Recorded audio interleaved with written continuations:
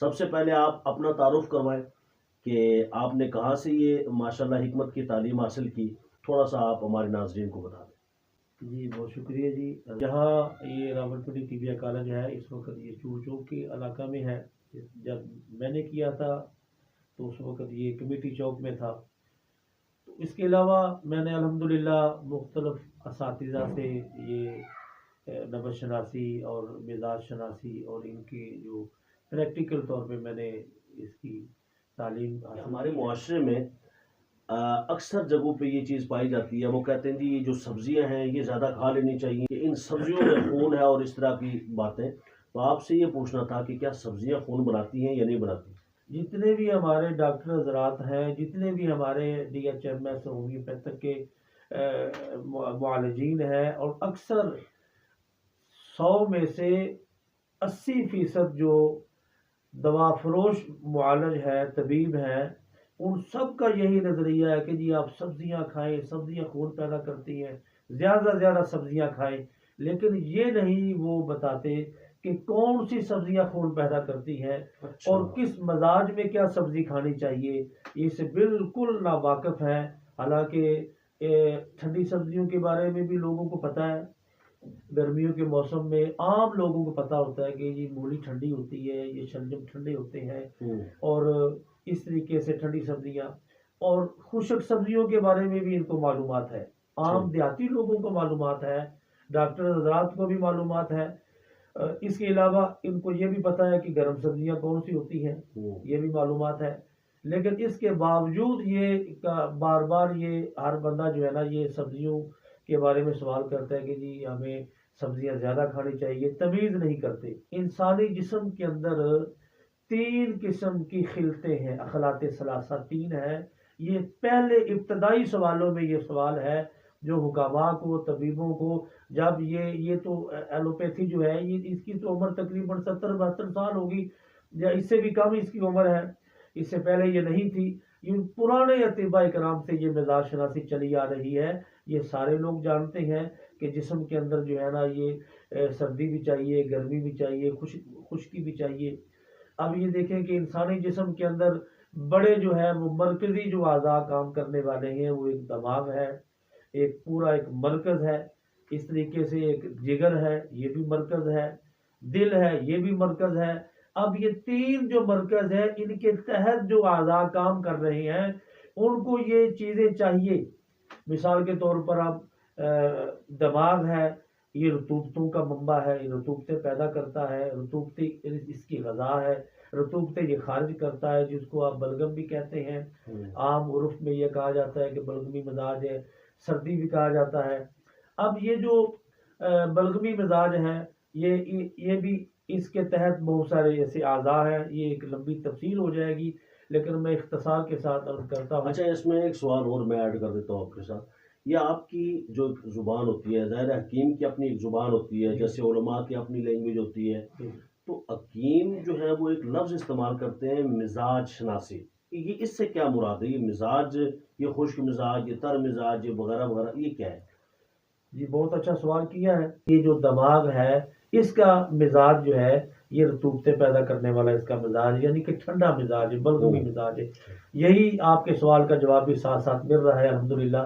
اسی طریقے سے یہ دیکھیں کہ ایک کہتے ہیں گرم مزاج۔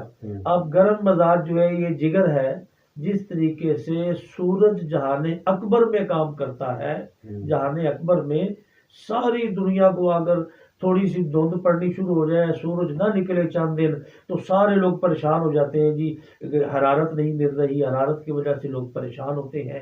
اسی طریقے سے اگر جگر اپنا صحیح ورک نہ کرے، غذاؤں کو پکانے میں یہ ایسے ہی کام کرتا ہے جیسے جہان اکبر میں سورج کر رہا ہے، اسی طریقے سے جہان اصغر میں جگر کر رہا ہے۔ اور جگر اگر غذاؤں کو نہ پکائے تو اسی طریقے سے غذائیں کچی رہ جائیں گی۔ تو جگر حرارت کا یہ منبع اللہ نے جسم میں رکھا ہے، اور اسی طریقے سے یہ ایک خشک مزاج جسے کہتے ہیں، اس جہان اکبر میں ہوا یہ کام کرتی ہے، اور یہ جسم کے اندر دل، اور دل کے تابع جو ہے یہ کافی سارے اعضاء ہیں، اور یہ دل جو ہے یہ خشکی کا منبع ہے، ہوا کا منبع ہے، ریا کا، یہ آگے یہ نظام چلاتا ہے. تو اب یہ 3 جو مرکزی اعضاء ہیں یہ میں نے اس لیے بتائے. سمجھانا میں سبزیوں کے بارے میں چاہ رہا ہوں، لیکن اس سے پہلے تھوڑی سی میں بنیادی چیزیں بتانا چاہ رہا ہوں کہ مزاج شناسی میں یہی دیکھا جاتا ہے کہ جو عام کہا جاتا ہے جی آپ سبزیاں زیادہ کھائیں، سبزیاں زیادہ کھائیں. اب ایک بندہ ہے وہ ٹھنڈے مزاج کا ہے، اس کی نبض بالکل سست چل رہی ہے، اس کا بلڈ بھی لو ہوتا ہے، گرتا ہے. اب اس کو بھی ڈاکٹرز حضرات یا معالجین یا حکیم میں سب کو ملا کر چل رہا ہوں. صرف جو اس بات کو سمجھتے ہیں، ماشاءاللہ بہت سارے ڈاکٹر حضرات بھی جانتے ہیں اس چیز کو کہ سبزیوں میں تمیز سمجھتے ہیں، میں ان کی بات نہیں کر رہا. تو میں یہ ایک عرض کر رہا ہوں کہ ایک بندہ ہے مولانا جس کے مزاج میں ٹھنڈ ہے، سردی ہے، رطوبتیں ہیں، تو بعض اوقات اس کی رطوبتیں خارج بھی ہوتی ہیں، ٹھنڈ کا مریض ہے. اب اس کو اگر یہ جملہ وہ سنتا ہے کہ جی مجھے میرے معالج نے کہا جی سبزیاں زیادہ کھائے، اب وہ شلجم زیادہ کھانا شروع کر دے یا مولی زیادہ کھانی شروع کر دے یا ٹھنڈی سبزیاں کھانی شروع کر دے، جیسے کہ وہ اس کا مریض بنا ہوا ہے. اب مجھے بتائیں کہ سردی کو سردی ملے گی تو وہ بڑھے گی، سردی مزید بڑھے گی، رطوبتیں مزید بڑھے گی. اب وہ تو مزید مریض بنتا جا رہا ہے، اس کے اندر کیسے خون پیدا ہوگا؟ یہ ہمیں تمیز کرنا پڑے گی، ہمیں یہ سیکھنا پڑے گا، ہمیں یہ جاننا پڑے گا کہ خون بنتا کس مزاج میں ہے اور خون کا ذاتی مزاج کیا ہے. ذاتی مزاج میں خون ہے گرم تر، گرمی تری میں خون بنتا ہے. تو اب میں یہ عرض کر رہا ہوں کہ اب سبزیوں میں آپ سبزی والی دکان پہ چلے جائیں، وہاں پر آپ کو شلجم بھی نظر آئیں گے، مولیاں بھی نظر آئیں گی، بیگن بھی نظر آئیں گے، مونگرے بھی نظر آئیں گے، کریلے بھی نظر آئیں گے، اس کے علاوہ گاجر بھی نظر آئے گی، پیٹھا نظر آئے گا، کالی توری نظر آئے گی.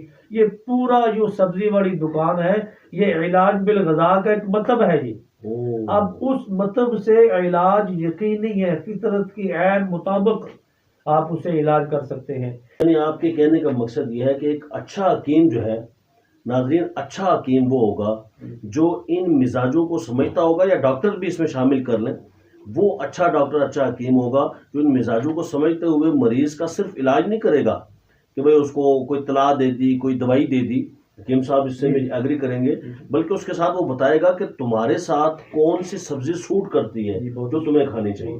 اچھا، آپ اپنی بات کو. میں یہ کر رہا تھا کہ اب ایک بندہ ہے، ایک مریض ہے یا وہ نارمل حالت میں ہے، اس کا ایک مزاج بنا ہوا ہے. اب وہ اس کا مزاج ٹھنڈا ہے تو آپ کبھی بھی اس کو یہ شلجم اور یہ مولی اور یہ ٹھنڈی سبزیاں بالکل اس کو نہیں دینی. اب رطوبتوں کو ٹھیک کرنے کے لیے، رطوبتوں کو ختم کرنے کے لیے آپ نے اسے خشک سبزیاں دینی ہے. جیسے کہ میں نے پہلے مزاج شناسی آپ کے سامنے رکھی ہے کہ دل جو ہے کیا کام کرتا ہے، دماغ کیا کام کرتا ہے اور جگر کیا کام کرتا ہے. اب ہم نے رطوبتوں کو ختم کرنے کے لیے ہم نے وہ سبزیاں دے رہی جو تدابیت پیدا کرے، جو خشکی پیدا کرے. اس میں یہ ایک دیکھ لیں کہ کریلا ہے، بہت اچھا ہے بلغم کو ختم کرنے کے لیے. آپ قیمہ اور کریلے ملا کر اسے دیں، روٹی کم کھلائیں، سبزی زیادہ کھلائیں، اس کی جو رطوبتی مزاج ہے وہ ٹھیک ہونا شروع ہو جائے گا. اب کریلا، مونگرے، بیگن، آلو، یہ چیزیں، آلو بھی تدابیت پیدا کرتے ہیں. یہ سبزیاں آپ ان کو دیں اور اس کو یہ سفید چنے کھانے کے لیے دیں، اس کو یہ جو برگر، شوارما، پیزا یہ دیں، کیونکہ یہ چیزیں جو ہیں یہ تدابیت پیدا کرنے والی ہیں. پاکستان میں ٹھنڈ سے، سردی سے، بلغمی امراض کے جو مریض ہیں، جو حقیقی شوگر کے مریض ہیں، لبلبا جو ہے وہ بالکل ان کا انسولین نہیں بنا رہا، اور جو حقیقی بلغمی مزاج کے مریض ہیں تو ان کا بلڈ بالکل گرا رہتا ہے، ان کا کھانے کو بالکل دل ہی نہیں کرتا، ان کے معدے میں غذا بالکل پڑی رہتی ہے، ان کو نہیں ہوش ہوتا کہ بھی ہم نے کھانا بھی کھانا ہے. نیند ان پہ ہر وقت طاری رہتی ہے، ان کے اندر چستی نہیں ہوتی، وہ ہر وقت تھکا تھکا مریض رہتا ہے.